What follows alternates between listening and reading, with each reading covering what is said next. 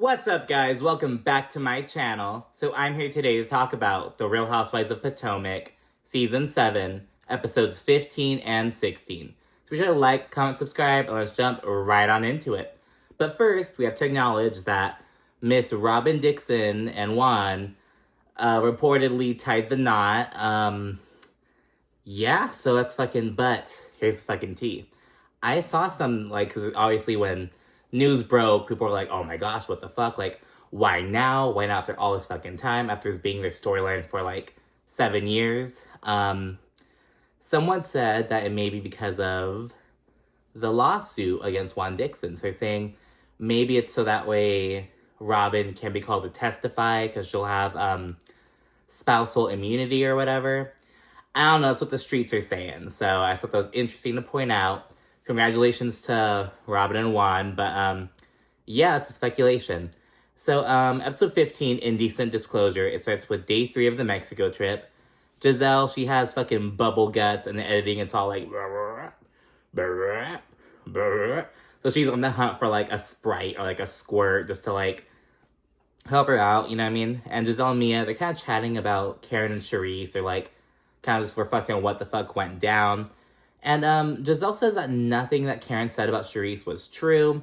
She thinks that Karen is just harboring jealousy towards Charrisse. Again, the whole who's the true grand dame of Potomac, blah, blah, blah. And Gizelle takes it a step further, and it seemed so weird. She's because I think Wendy's jealous of you.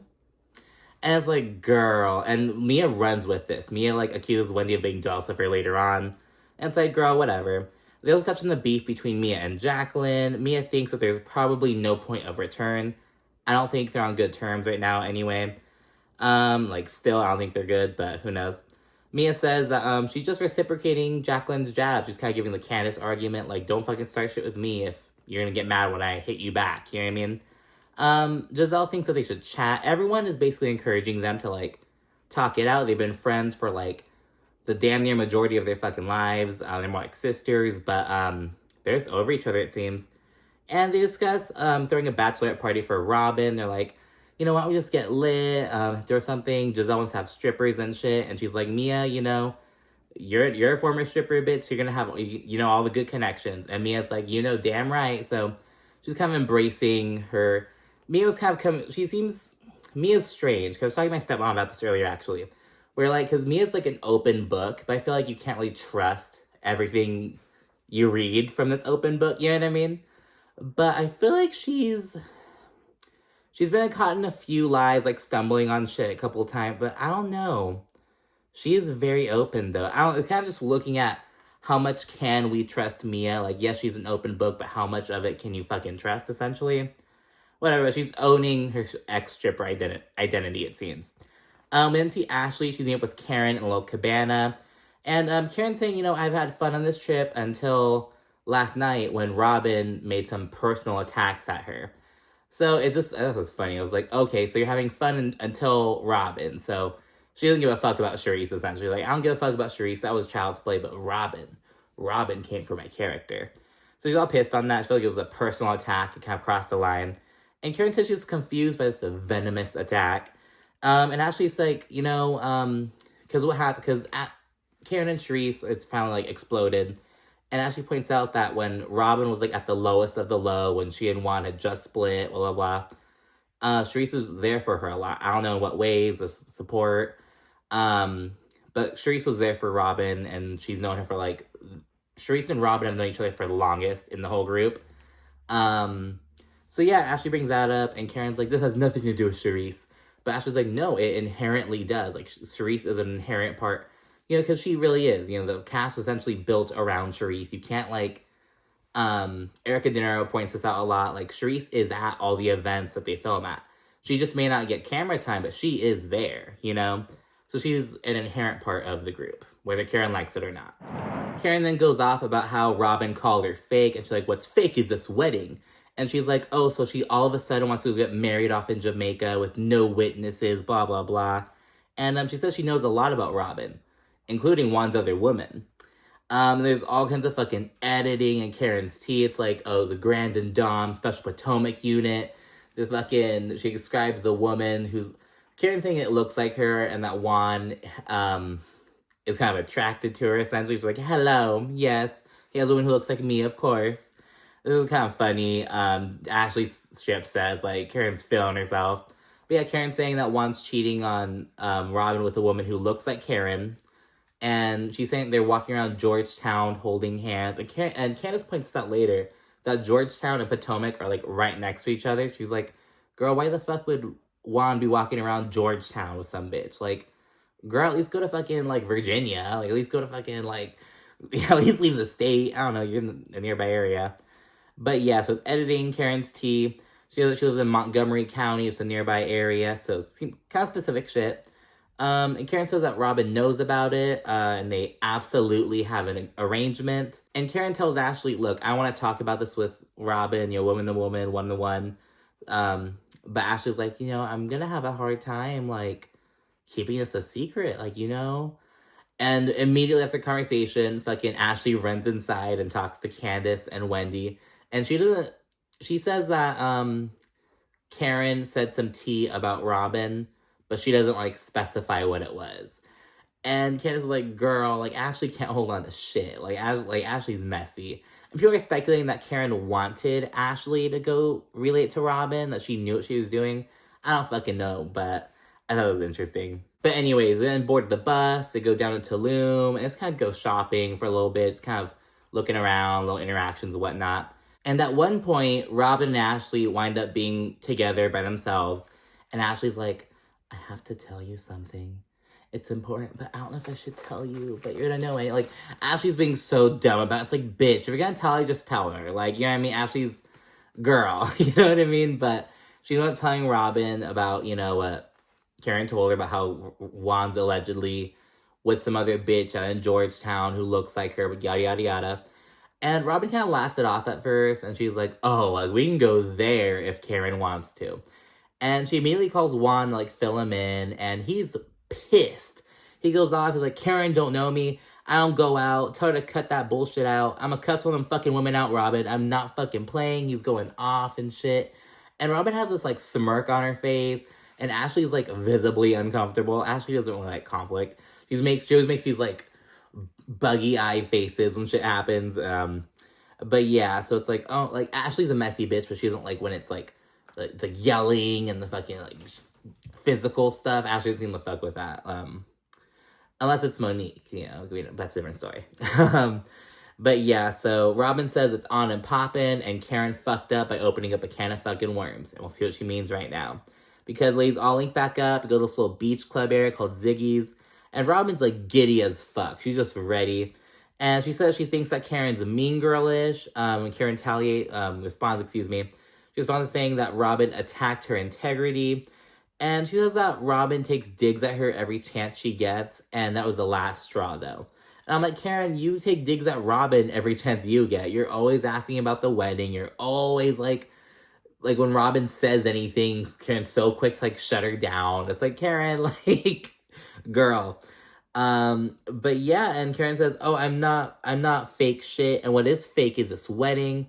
She says that Robyn knows about the rumors because she's a smart woman. And Wendy and Candace, they say that they have heard, but again, Candace is like, I have some questions, because Georgetown is right down the street. Like, why would you go there? Like, if you're gonna fucking have a hoe, like, go walk with your hoe out in Spain. Like, why would you do it in your home state, like, 15 minutes from your house? However, Robyn and Gizelle both say, I haven't heard anything. And it's like, of course they're gonna say it. Of course Robyn and Gizelle are gonna say that they haven't heard the rumor. Bitch, has Charrisse heard the rumor? I want to hear what Charrisse has to say about this. Has Charrisse heard the rumor? I don't know. Wendy and Candace are the ones that confirmed they heard it, though.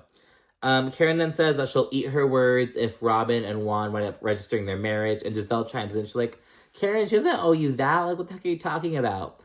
And Karen's like, Gizelle, you're the farthest from an aisle. Shut up. It was like, girl, what if... It was like, okay. Like...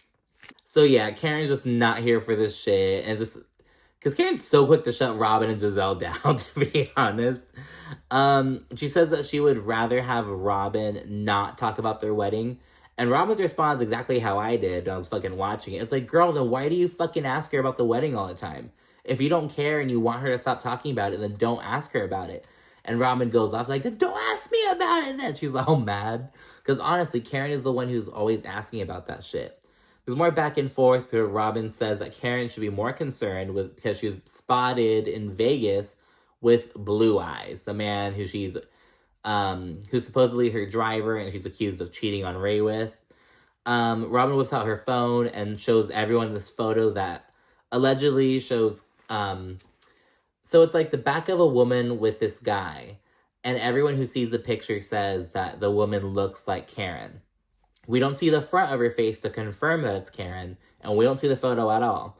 But the women who do see it at the table, everyone except Karen and Wendy, you know, because Robyn, she didn't show them, but it shows everyone else, and they're all like, that looks like Karen. Like, so she's showing everyone, she's like, this is Blue Eyes, y'all. This is Karen and Blue Eyes in Vegas. Like, just showing everyone.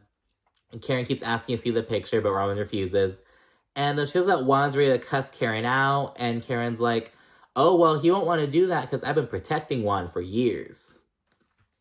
Oh. Karen then says that during a fucking reunion, the season 4 reunion specifically, threesomes came up at one point. And afterwards, Karen said that Juan hugged her super tight, hugged her so hard that her breasts went to her fucking backbone. She said that a couple times. So she's talking about Juan with that. Everyone thought she was talking about Michael Darby, but she was talking about Juan. And he allegedly asked Karen to be their third. Allegedly. And Karen's like, this is why you don't like me. And she says that Juan's attracted to her. And it's just like, oh my gosh. And that kind of lifted the mood because everyone's like, girl, what the fuck? But it was just really funny. But yeah, so Karen says that Juan's attracted to her. He wants her to be in a three-way. He wants to have a three-way with her and Robyn, allegedly. But yeah. So he kind of pivot over, and Gizelle, she kind of asked how Jacqueline and Mia are doing, because they're sitting right next to each other, but they, like, are clearly not happy about it, because I think they weren't trying to sit next to each other, but Gizelle made one of them move. She's like, oh, let me sit next to Robyn. So they sit next to each other. Jacqueline is all defensive, and she's like, oh, we'll handle it ourselves, because it has nothing to do with any of you, and I don't give a fuck what anybody think. Like, she's all defensive out of nowhere.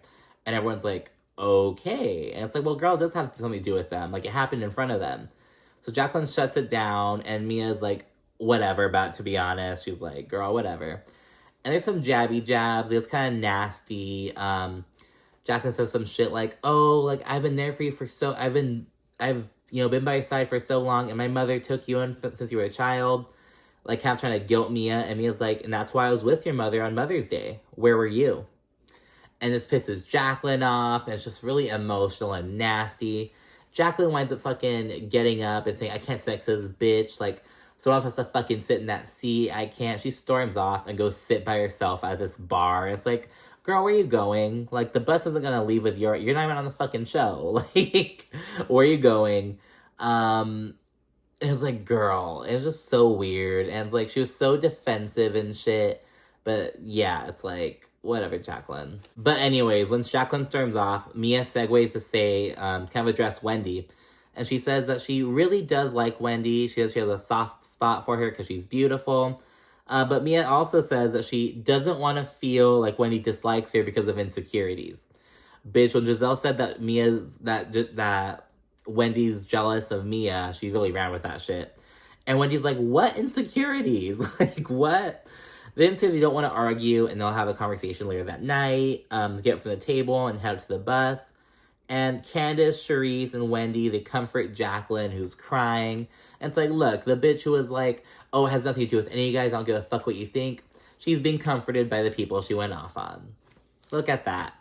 And I think you have to be careful, especially Candace, because Candace was, like, going out with Jacqueline. They're, like, they got close to each other, essentially. I feel like Jacqueline and Mia are almost two sides of the same coin, essentially. It's like, Jacqueline has her own fucking issues, you know what I mean? Just saying. And Mia, she fucking says that she's glad that people are giving Jacqueline the attention that she so desperately needs. I'm like, oh my god, Mia does not like this woman. Mia does not like Jacqueline. They fast forward to nighttime. Wendy goes to Mia's room to chat. Mia, she says that she doesn't know where they went wrong, and Wendy's like, girl, what the fuck? It's because you threw the drink at me. Like, Mia apologizes, though, and they make up, for now. I just say for now because it didn't seem it seemed very surface level, at least from how we saw on the show, you know what I mean? I don't know, maybe Mia and Wendy will stay cool, but it wasn't like super genuine, you know what I'm saying? It's then good vibes at the last dinner. A lot of the girls went to the bar afterwards where things got a bit spicy. Wendy shared that Mia went up to her and was like, oh, I want to eat your pussy. Like, I want to eat you out or some shit. But yeah, that's the end of the episode. Now we'll go into episode 16. So episode 16, The Naked Truth, starts out back in Maryland. Robyn, she's shopping for a wedding dress. She's glad to be back home. She says she wants kind of less of a traditional dress. She's like, I don't really want to do that again. I want something that's my own thing. Whatever. Gizelle and Ashley join her. And so while Robyn's out, like, trying out some dresses, Gizelle and Ashley are right there kind of chatting. And Ashley tells Gizelle about the bar, because Giselle's tired ass was sleeping, and it was, like, Ashley, Mia, Wendy, Candace, I think Charrisse was there as well. I think that's it. I think it was the girls who, like, went out to the club and shit. Yeah, she kind of tells her what went down, and Ashley says that Mia expressed kind of that she was into Wendy. And she says that Wendy was intrigued and like, oh, because we already know that Mia's a freak. We got Mia's does stuff with girls sometimes, and she's kind of open, threesome stuff. We don't really know about Wendy, so it's like, oh, like, something went down. Gizelle, though, she's like perplexed because she's like, oh, so Mia went from throwing drinks at Wendy to wanting to eat Wendy out. Okay, got it. Move forward. Oh, and she ultimately chalks it up to sexual frustration. And Ashley, she points out that, so yeah, they're kind of in the club flirting. And she says that they left together. Oh, well, girl, like, you mean they just fucking they left in the same fucking Sprinter van? It's like, I don't know. It's like, they're in the same fucking hotel. Like, I don't know. I feel like she was adding a bit extra stuff onto it, though. But, whatever. Gizelle says that she needs to confirm this with Mia before she goes around telling people. That she was bumping vaginas and having licking action, as she says. But Gizelle says, but I'm gonna still fucking tell people. But I'm gonna check with her, but I'm gonna still fucking tell people. Ashley then has to leave suddenly after she just came to fucking watch Robyn come out in one dress and fucking share some tea and bounce. Robyn went up settling on a traditional dress. She wore one. She wore a traditional one first, fell in love with it, tried out a less traditional one, something that looked more like a homecoming gala dress. Not homecoming, with a prom gala dress. But yeah, she settles for a traditional kind of dress, and Robyn and Gizelle see a chat, and Gizelle asks why Robyn's mom isn't there. She's like, why is it just me and Ashley? Where's your mom at? And Robyn fucking says that she still hasn't told her mom that, like, I guess that she and Juan are going through with it. You know what I mean? Like, I think she shared that they're thinking about it, but, like, they're actually doing it.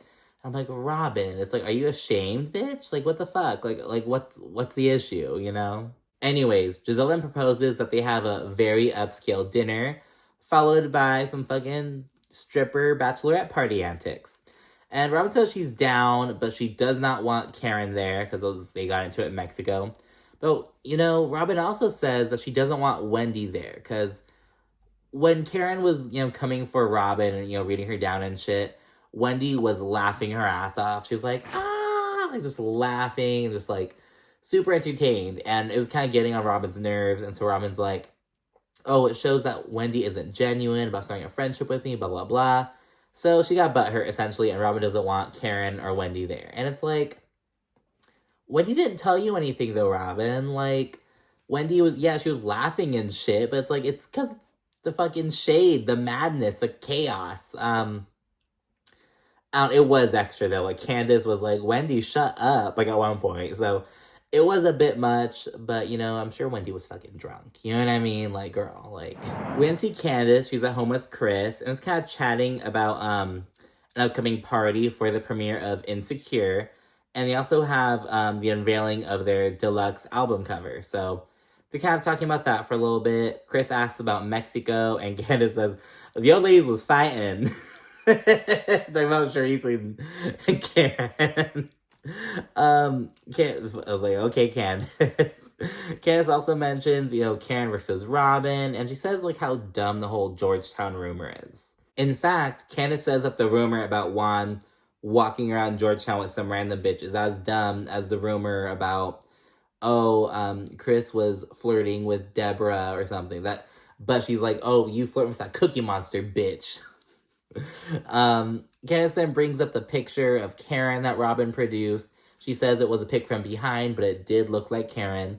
And she has a little IVF update. She and Chris are gonna go back into doing IVF with like a different kind of drug or something. Just kind of looking into doing that to kind of because again, Candace she kind of wants to do IVF to kind of just save some eggs essentially, like have it like on deck in case she needs it or whatever.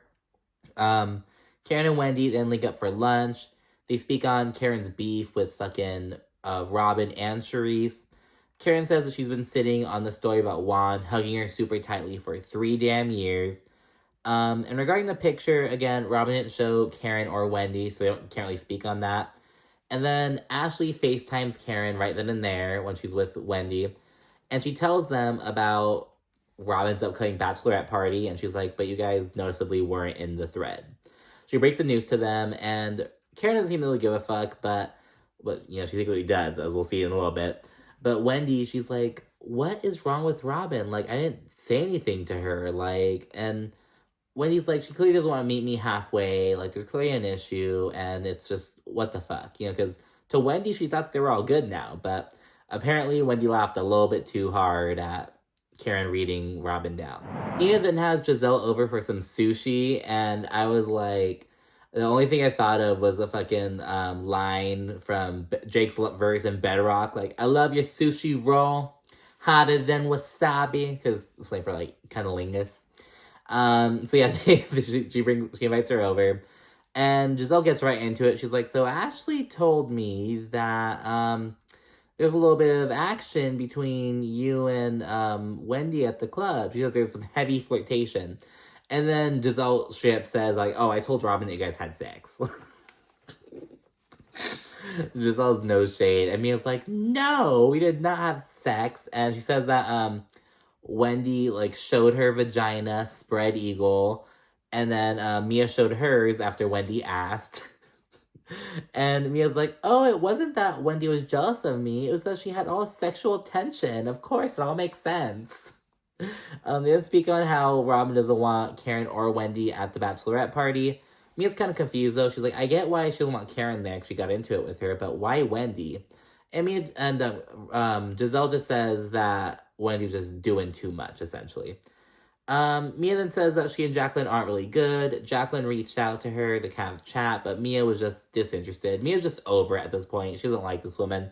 And then she busts out her Bachelorette party favors. Gizelle sucks on a penis straw for a little bit. It's like, okay, thank you. We then see Wendy. She's preparing for a little commentating gig regarding the overturning of Roe v. Wade. And when she's getting ready, she's kind of reflecting on how Robyn, clearly has an issue with her and just kind of reflecting on that. I believe this is the day of the Bachelorette party. But yeah, she has a commentating thing to do anyway, so fuck the Bachelorette party. Although it did seem fucking lit. And speaking of which, the ladies are linking up for it. Lots of people are matching. So Mia and Ashley are wearing the exact same jumpsuit, and Gizelle and 2 of Robyn's like college friends, they're all wearing like this lavender lilac colored dress. So there's a lot of matching going on.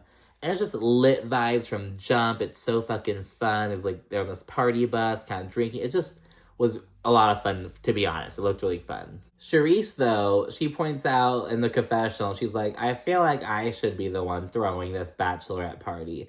But Mia, who's known Robyn for 5 minutes, volunteered to do it. And of course, Gizelle, the bestie. But, And it's like, Charrisse, like, chill out. Like, I'm sure Charrisse would be a lovely party planner, but it's like, I don't think Charrisse would throw something this fucking lit. You know what I mean? I feel like she'd be more like, oh, a champagne brunch with the girls, that's somewhere fancy. It's like, no, like, we need Gizelle and Mia want to get fucking ratchet and lit, and that's what they fucking did. You know what I mean? It's like, sorry, Charrisse, like, your champagne room can wait. Meanwhile, we see Karen, she's at a fucking candle meeting. She's talking about a holiday edition 4-wick candle. And she's like, I knew one for Christmas, one for Valentine's Day, one for Mother's Day too, if I really wanted to. It's like, oh my God.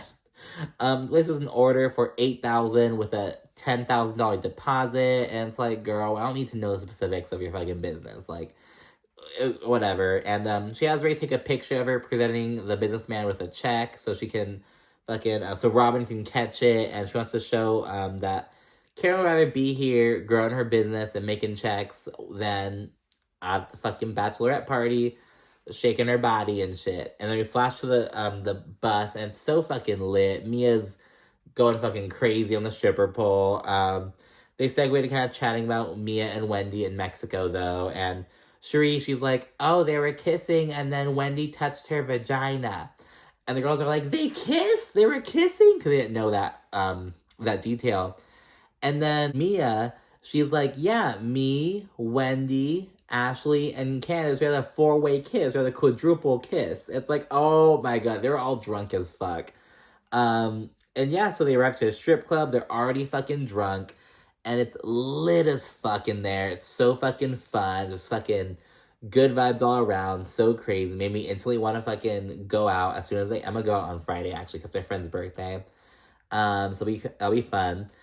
Candace was so fucking funny, to be honest, as well. She was like, I want to see a booty, like a donkey booty. But it was just so funny, like, I wasn't expecting her to say it. You know what I mean? Just that. And then later on, Robyn was kind of like with a stripper, and Candace was like, oh, Robyn, she's whispering sweet nothings into her ear. Because I was like telling her something. It was just so funny. I was just cracking up at Candace, to be honest. While they're all sitting down, I believe they're eating dinner, and it's like steak and lobster, so shout out to Mia. Charrisse asked how Ashley and Michael are doing, and Ashley says that they're focused on creating a good environment, so there's a lot of positivity going on right now. She's like, he's being really nice, there's a lot of niceties, and, you know, I don't know, that we've been really nice to each other, and just kind of being weird. Like, it's not just like, oh, it's going well, you know, it's a lot better than it was before, and it's a lot, you know, it's pretty chill. She's being kind of weird about, like, oh, there are a lot of niceties, and, you know, it's a lot of good energy, and it really, you know, he's not really being bad right now, and you can tell there's something more, essentially. And Lee's like, okay, so are you having, like, doubts? And Ashley says, I don't think that we will reconcile. So, okay, she says that. But she's also like, but I don't know. I don't know. So I think Ashley's kind of second guessing if she wants to get a divorce. Like, I honestly do at this point. So yeah, she just doesn't know what's up right now. And Ashley also mentioned that she stopped dating around because Michael said that he had stopped dating as well. So Ashley was like, I feel guilty. And no, not Wendy, Candace. I was like, Wendy's not even fucking there. Candace, she fucking chimes in. She's like, well, bitch, your man was at Chris's restaurant with some bitch. So, and Ash was like, oh my God. She's frustrated. She just wishes that Michael would be honest with her. And it's like, well, girl, he hasn't been honest your entire marriage. When you guys were on better terms, why would he start now? It sucks, but you know what I mean?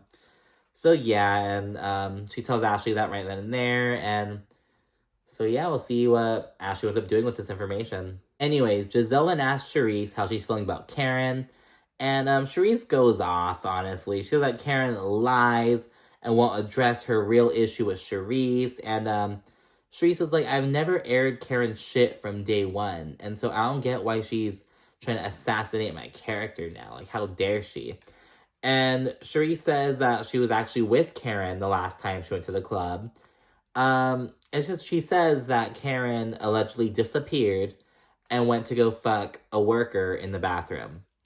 And she says that Karen has a reputation in Potomac for getting drunk as fuck and fucking anyone. And Gizelle agrees. She's like, yep, like, she's basically backing Charrisse up. And Candace is like, wait, like, when was this? Like, and Charrisse says, you know, it was years ago, but it was when we were as a group. You know, this wasn't like when she was in fucking college, you know, so, or Karen didn't go to college. You know what I mean? Like, it wasn't back in the day. But this was like, you know, when we were, like, fucking in Potomac socialites already. So she brings that up. I think just so into it. Was like, oh my goodness. And Gizelle says, even after last year when Karen was saying that shit about Gizelle going to Sing Sing, being a broken whore from Hampton University, Gizelle still didn't air this shit out. So Gizelle is basically saying that what Charrisse says is true. And they kind of go around, and it turns out that everyone has heard one thing or another about Karen. Gizelle and Charrisse then say that Ray knows what's up with Blue Eyes, and Gizelle reveals that Karen couldn't drive for a while because she had her license suspended. And so I'm like, DUI? I don't know. They're like dropping all these hints. I'm like, what? Like, what do we do? Like, how do we as a viewer interpret this information? You know what I mean? Like, we put it all together, so it's kind of sus. He then speculates that Ray, because he's so much older than Karen, he's like 20 years older, I believe, or 20 and some change. So he's like in his 70s, while Karen, I think, how old's Karen? I think Karen's in her late 50s. So Ray would be in his fucking late 70s, I think. Don't quote me on that. I have to fucking double check. I have my phone right now. But yeah, she thinks that because Ray is older than Karen, he's of a certain age, that he may just have an arrangement with Karen, let her kind of do her own thing to be sexually satisfied. That's what Mia says. And then it's back to being lit. Ashley, Mia, and Robyn, they're dancing on stage, and it's a good vibes. Everyone's all lit, and it's just really fun. And I wish Wendy was able to be there. They should have a good time. But yeah, I don't know. Yeah, Robyn just doesn't fuck with Wendy. She just butthurt because Wendy was just laughing her ass off. And I will say, even Candace told Wendy to shut up. So it was like, not in a mean way. She's like, girl, shut up. Like, you know what I mean? So Wendy was doing a lot, but she was probably drunk. Like, leave her alone. But anyways, that's it for this double recap. Thank you so much for watching, and stay tuned for more. Thanks again. Bye.